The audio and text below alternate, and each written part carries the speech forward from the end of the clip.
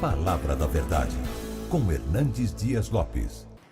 Eu quero conversar com vocês sobre a pessoa mais importante que já pisou nesta terra. Aquele que é chamado de o Alfa e o Ômega, o princípio e o fim. Aquele que nós chamamos de Rei dos Reis, Senhor dos Senhores. Aquele que nós proclamamos ser o maravilhoso conselheiro, o Pai da eternidade, o Deus forte, o Príncipe da paz. Aquele que nós corretamente chamamos de a nossa alegria, a nossa paz, a nossa justiça. Então eu convido vocês para ler comigo 2 textos breves.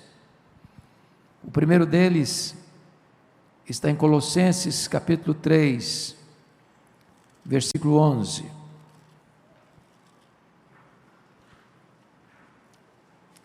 Apenas a parte final do verso, Colossenses 3:11.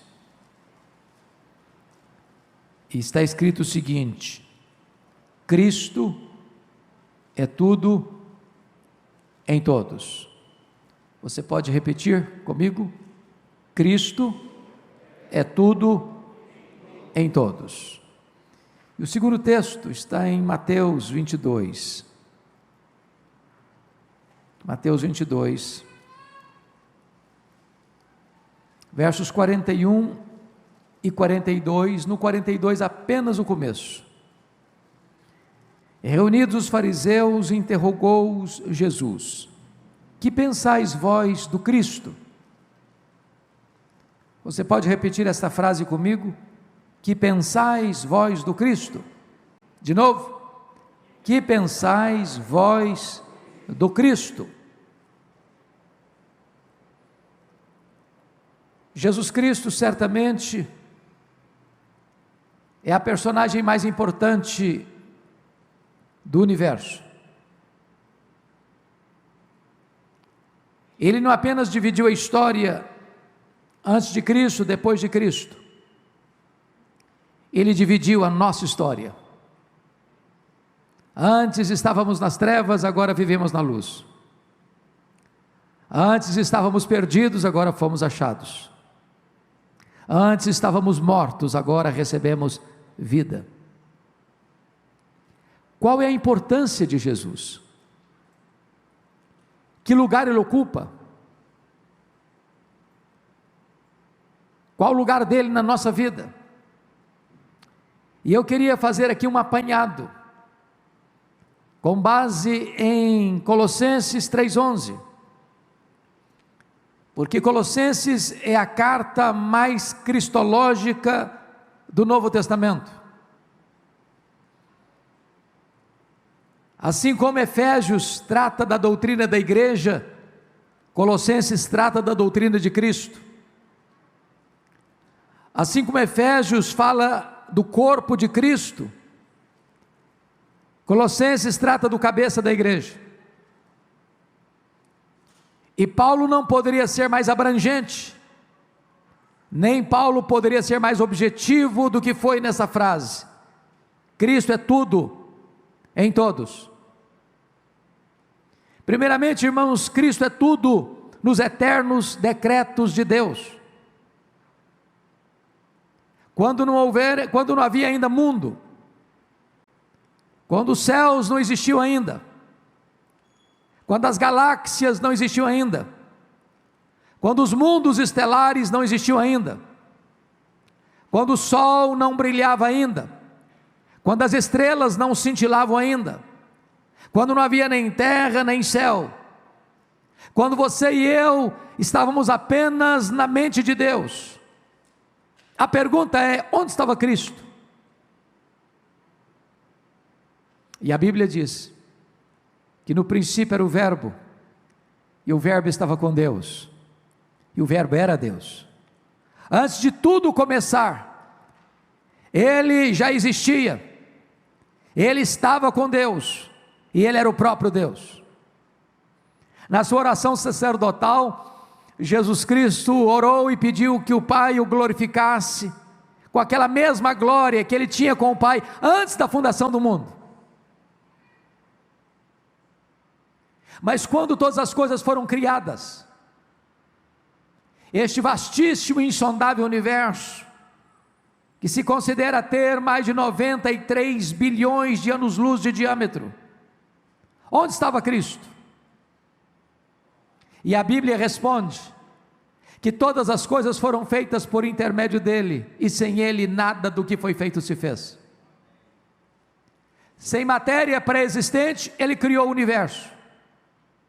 Pela palavra do seu poder, ele chamou à existência as coisas que não existiam. Mas quando os nossos pais pecaram contra Deus no Éden, e precipitaram a raça humana numa tragédia irremediável, de depravação total, onde estava Cristo? E a Bíblia responde que ele estava lá, como promessa de ser a semente da mulher, que viria para esmagar a cabeça da serpente.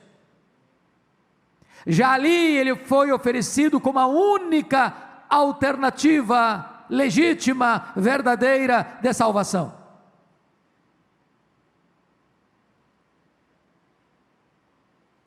Quando você vai para o livro sagrado, para as Escrituras, e vai olhar o Antigo Testamento, você pergunta: onde estava Cristo? E você vai perceber que ele é o centro do Velho Testamento. Os profetas falaram dele, os patriarcas apontaram para ele. Ele era o cordeiro da Páscoa, ele era o tabernáculo, ele era representado pela Arca da Aliança, ele era representado por aquilo que estava dentro da arca, as tábuas da lei, o vaso com maná, a vara seca de Arão que floresceu. Ele era aquela coluna de nuvem que guiava e refrescava o povo durante as horas escaldantes do dia quente.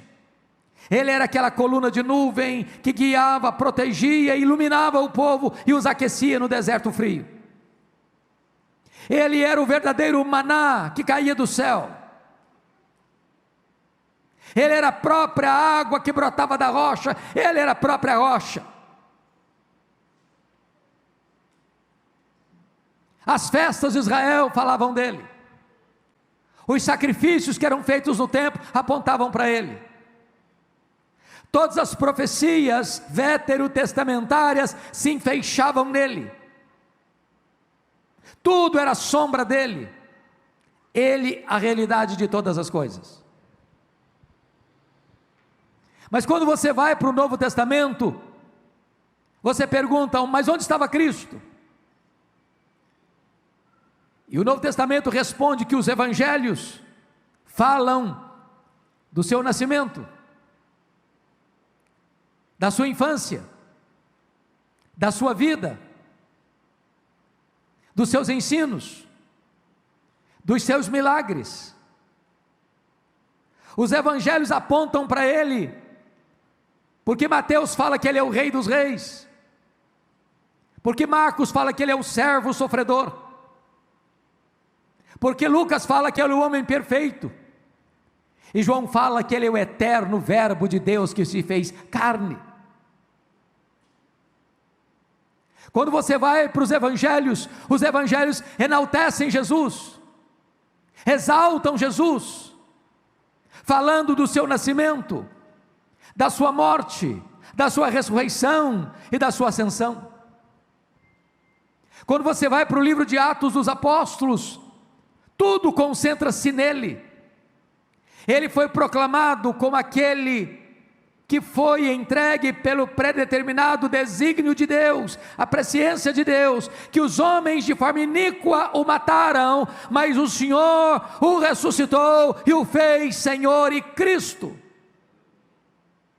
Ele é aquele único dado entre os homens, pelo qual importa que sejamos salvos. Seu nome foi proclamado em todas todos os rincões do Império Romano, todas as províncias do Império Romano se renderam e se dobraram a ele.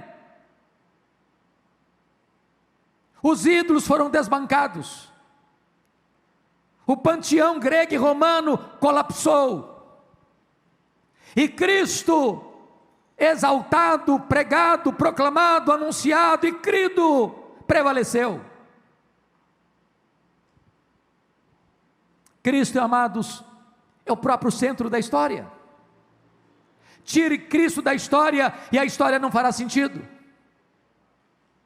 Tire Cristo da história e o que sobrará é desespero. Porque Cristo é o Cordeiro que venceu para abrir o livro e desatar os seus selos. Ele é o que está assentado no trono. Ele é o Rei da glória. Ele é o Senhor dos senhores.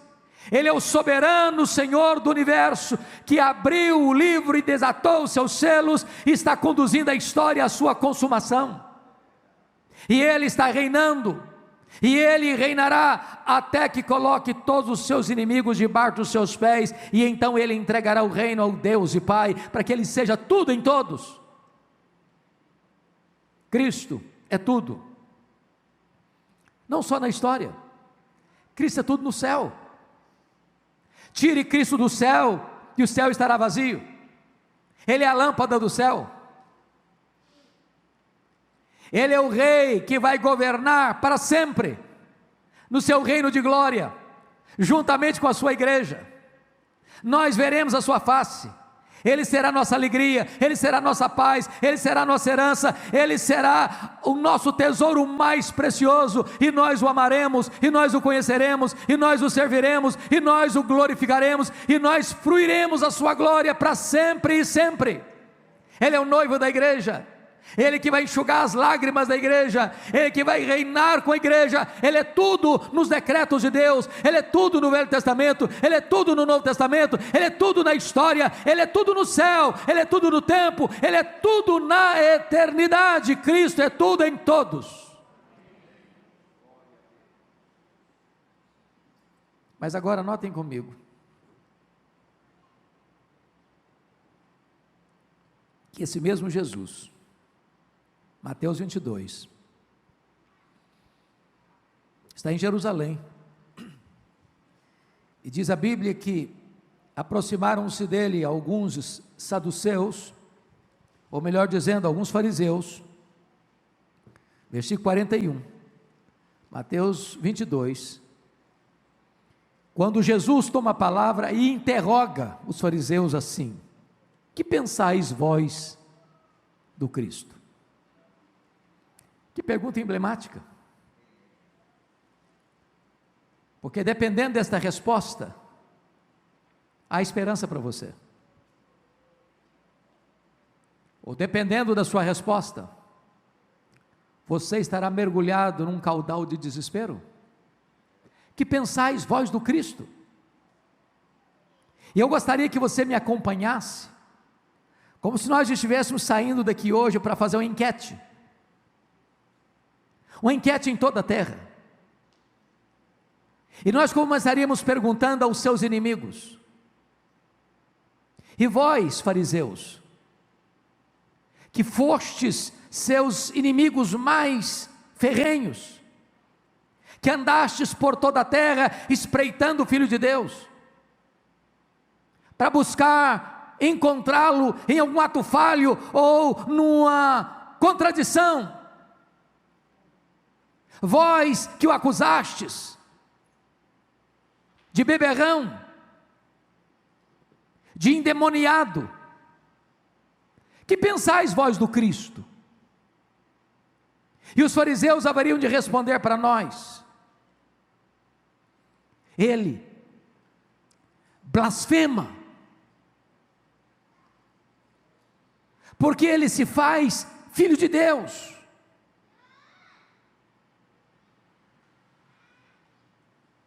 Mas estáis certo, fariseus, ele é o Filho de Deus, ele foi gerado eternamente do Pai, ele é o único que pode dizer: quem me vê a mim, vê o Pai, porque eu e o Pai somos um. Ele não apenas se diz Filho de Deus, verdadeiramente Ele é o Filho de Deus. Estais correto. Que pensais de vós, que pensais vós do Cristo, ó fariseus? Ele é amigo dos pecadores. Estais certo, fariseus. É isso mesmo, Ele é amigo dos pecadores. Ele acolheu os cobradores de impostos, Ele acolheu as prostitutas, Ele abraçou os inabraçáveis, Ele acolheu os inacolhíveis, e é por isso que há esperança para você e para mim nesta noite, é porque Ele é amigo dos pecadores.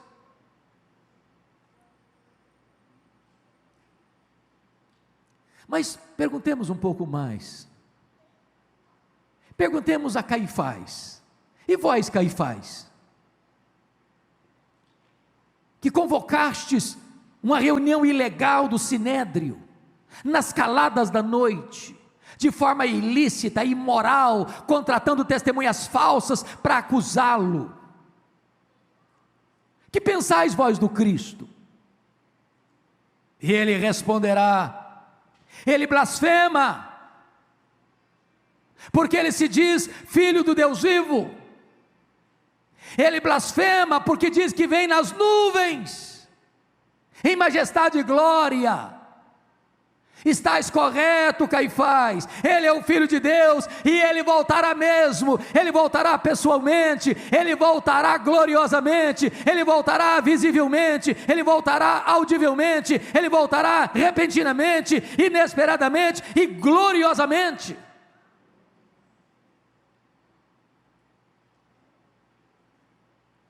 E vós,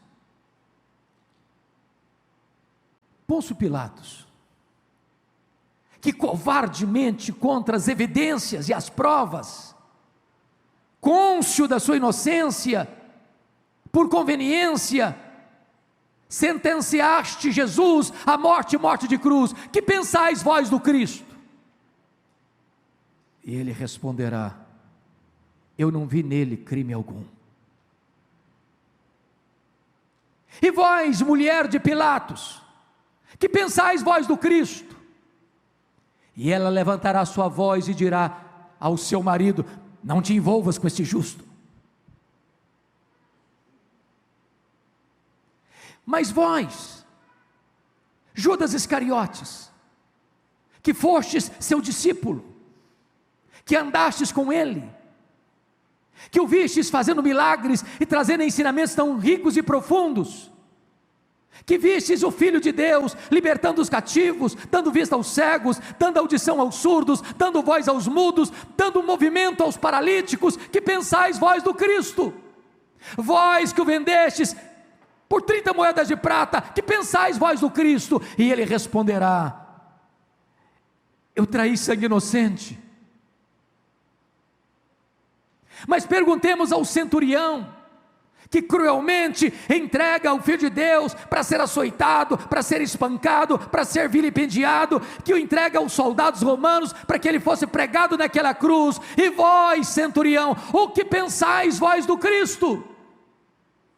E ele responderá para nós: verdadeiramente ele é o Filho de Deus.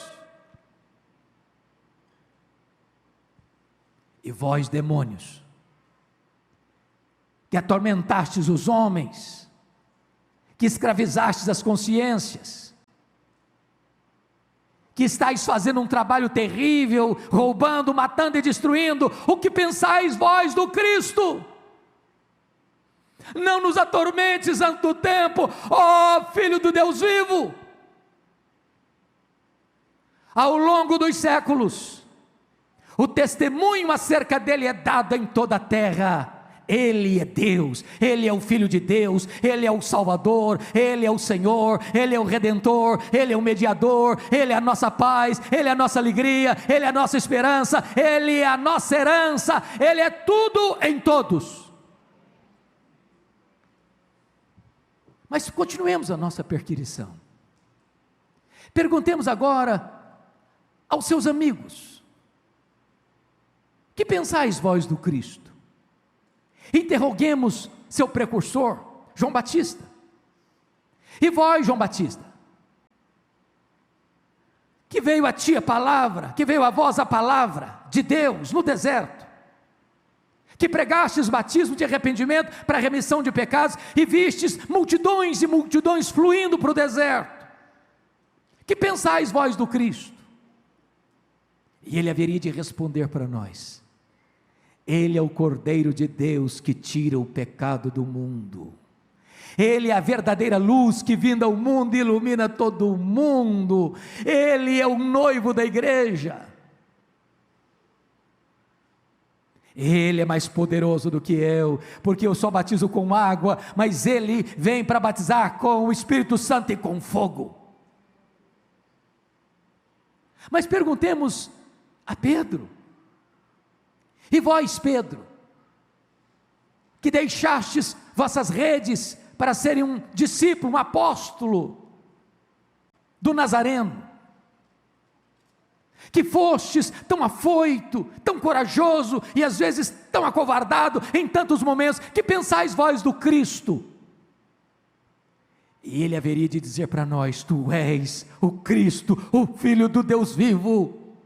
Não há nenhum outro nome dado entre os homens pelo qual importa que sejamos salvos. E vós, João, discípulo amado, que debruçastes no peito de Jesus, que pensais vós do Cristo? E ele haveria de responder para nós: Ele é o alfa e o ômega, Ele é o Rei dos reis, Ele é o Senhor dos senhores, Ele é o verbo que se fez carne e habitou entre nós, cheio de graça e de verdade. Ele é o noivo da igreja, Ele é o vencedor em todas as batalhas, Ele é aquele que veio para vencer e está vencendo e voltará em glória. E vós, apóstolo Paulo, que outrora fostes o mais terrível perseguidor da igreja, que derramou sangue de santos em Jerusalém, que fostes convertido no caminho de Damasco, que foste enviado para longe aos gentios, para pregar o evangelho e plantar igrejas nas mais diversas províncias do império, que pensais vós do Cristo? Ele haveria de responder para nós: Ele é a minha vida, para mim o viver é Cristo, eu morrer é lucro. Ele é aquele que, sendo Deus, não julgou como usurpação o ser igual a Deus, antes a si mesmo se esvaziou, assumindo forma humana. Ele veio para servir e ele se humilhou até a morte de cruz, mas o Deus, o Pai, o exaltou sobremaneira, para que ao nome dele se dobre todo o joelho, nos céus, na terra e debaixo da terra, e toda língua confesse que Jesus é o Senhor, para a glória de Deus Pai.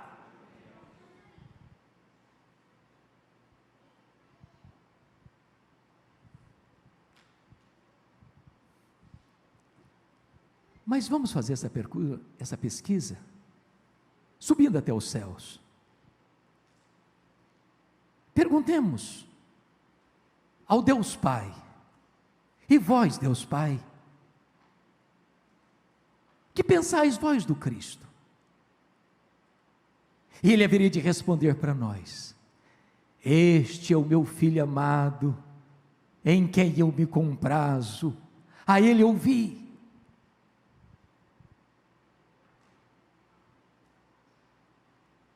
E vós, Espírito Santo, que fostes derramado sobre a igreja, como outro Consolador, que viestes para estar para sempre com a igreja, que pensais vós do Cristo? Ele é o Consolador, e eu vim para trazer toda a verdade acerca dele, para relembrar toda a verdade acerca dele. Eu vim para mostrá-lo, eu vim para enaltecê-lo, eu vim para que vocês creiam que ele é o Salvador, que ele é o Consolador, que ele é o Senhor. Mas continuemos na nossa pesquisa e perguntemos: e vós, ó Cristo, que pensais de vós mesmos? E ele haveria de responder para nós: Eu sou o pão da vida, quem de mim se alimenta, nunca mais terá fome. Eu sou a luz do mundo, Quem me segue não andará em trevas. Eu sou a porta, que entrar por mim será salvo, entrará e sairá e achará pastagens. Eu sou o bom pastor que dá vida pelas suas ovelhas. Eu sou a ressurreição e a vida, quem crer em mim jamais morrerá eternamente. Eu sou o caminho e a verdade e a vida, e ninguém vem ao Pai senão por mim. Eu sou a videira verdadeira, e o meu Pai é o agricultor, e todo ramo que estando em mim der fruto, poda para que dê mais fruto ainda.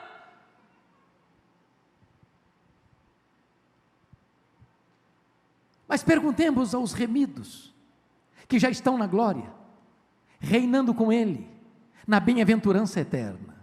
E vós, remidos de Deus, que estáis vestidos de vestiduras brancas, que estão reinando com Ele, na glória, que pensais vós do Cristo? E eles haveriam de responder ao que está sentado no trono e ao Cordeiro, seja a honra, seja a glória, seja o louvor, seja o